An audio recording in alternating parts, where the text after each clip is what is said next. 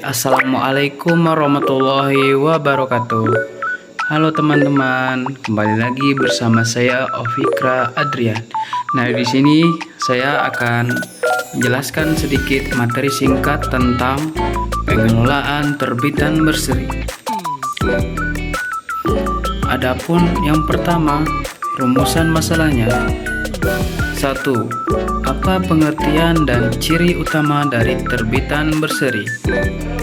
Dan yang kedua, bagaimana peran terbitan berseri dalam mendukung kegiatan akademik? Dan kemudian yang ketiga, apa saja strategi pengelolaan efektif terbitan berseri di perpustakaan? Oke, simak videonya selanjutnya. Nah, adapun tujuan dari terbitan berseri tersebut.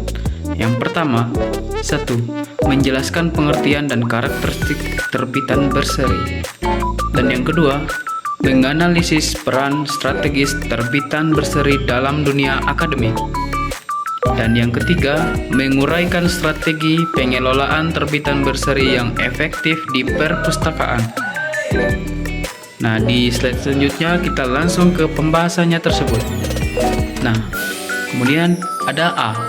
Pengertian dan ciri terbitan berseri.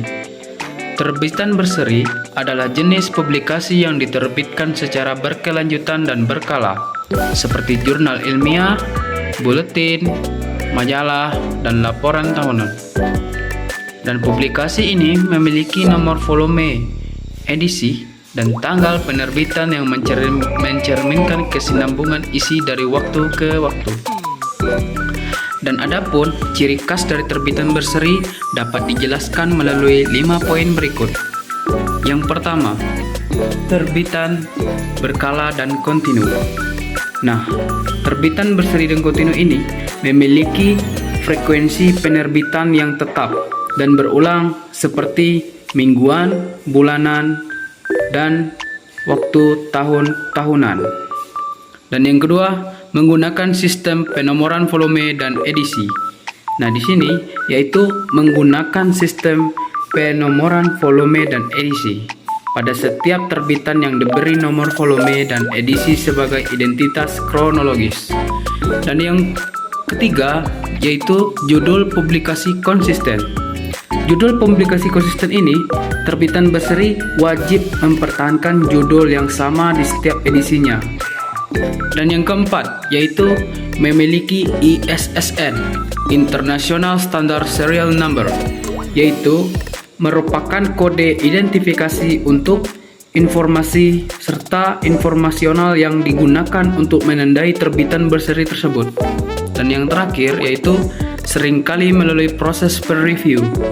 Nah, maksud dari seringkali melalui proses peer review ini ialah terbitan berseri terutama yaitu jurnal ilmiah umumnya menerapkan peer review, yaitu proses penelaahan oleh para ahli sejawat terhadap artikel yang dibahas.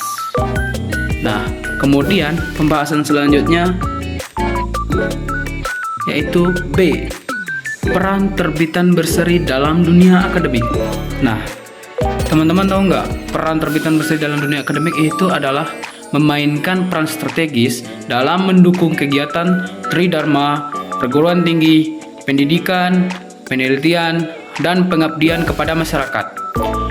Jurnal ilmiah sebagai bentuk terbitan berseri paling dominan menyediakan informasi mutakhir yang dibutuhkan oleh mahasiswa, dosen, dan peneliti dalam mengembangkan kajian keilmuan secara berkelanjutan. Selain itu, terbitan berseri juga mendukung pengabdian masyarakat melalui publikasi hasil penelitian terapan. Artikel dalam buletin atau majalah komunitas dapat menjembatani antara hasil riset akademik dan kebutuhan publik praktis di lapangan, sehingga ilmu yang dihasilkan memiliki dampak sosial yang langsung. Nah, di pembahasan selanjutnya yaitu C. Strategi pengelolaan terbitan berseri. Nah, adapun strategi pengelolaan terbitan berseri loh kawan-kawan. Nah, kita langsung ke pembahasannya. yaitu pengelolaan terbitan berseri merupakan aktivitas manajerial yang kompleks dan harus dijalankan secara sistematis. Dengan tujuannya ialah agar seluruh proses mulai dari akuisisi, penyimpanan, hingga akses oleh pengguna dapat berjalan efektif dan mendukung kebutuhan akademik. Nah, adapun langkah-langkahnya, yang pertama, seleksi dan akuisisi. Nah, seleksi dan akuisisi ini ialah proses seleksi yang dilakukan dengan mempertimbangkan kebutuhan program studi, tingkat pemanfaatan jurnal sebelumnya, dan rekomendasi dari fakultas atau peneliti. Nah, adapun langkah yang kedua yaitu pengolahan dan katalogisasi. Nah, setelah diperoleh, jurnal perlu diproses serta untuk memudahkan pencarian dan penelusuran dalam bentuk katalogisasi. Dan adapun langkah yang ketiga yaitu preservasi dan akses digital. Nah, maksud dari preservasi dan akses digital ini yaitu preservasi menjadi aspek penting di dalam katalogisasi dalam terbitan elektronik. Nah, maksud dari sini yaitu terbitan berseri yang diakses melalui elektronik. Dan yang keempat yaitu langkah dari semua langkah yaitu evaluasi. Evaluasi dan pengembangan koleksi, yaitu evaluasi terbitan berseri penting untuk dilakukan secara berkala untuk menyesuaikan koleksi dengan kebutuhan pengguna dan perkembangan riset. Nah, setelah pembahasan dari A, B, dan C, kawan-kawan bisa mengelola terbitan berseri dengan efektif dan efisien.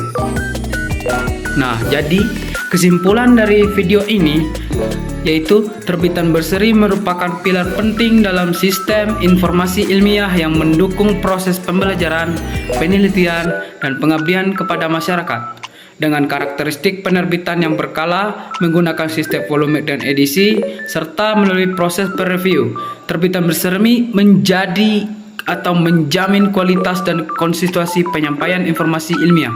Perannya semakin krusial dalam era digital karena memudahkan akses dan mempercepat diseminasi hasil riset ke berbagai belahan dunia. Nah, kemudian sarannya ialah institusi pendidikan tinggi diharapkan memberikan dukungan penuh terhadap pengolahan terbitan berseri dengan menyediakan anggaran, infrastruktur digital, serta kebijakan yang mendukung akses terbuka dan pengembangan kualitas jurnal.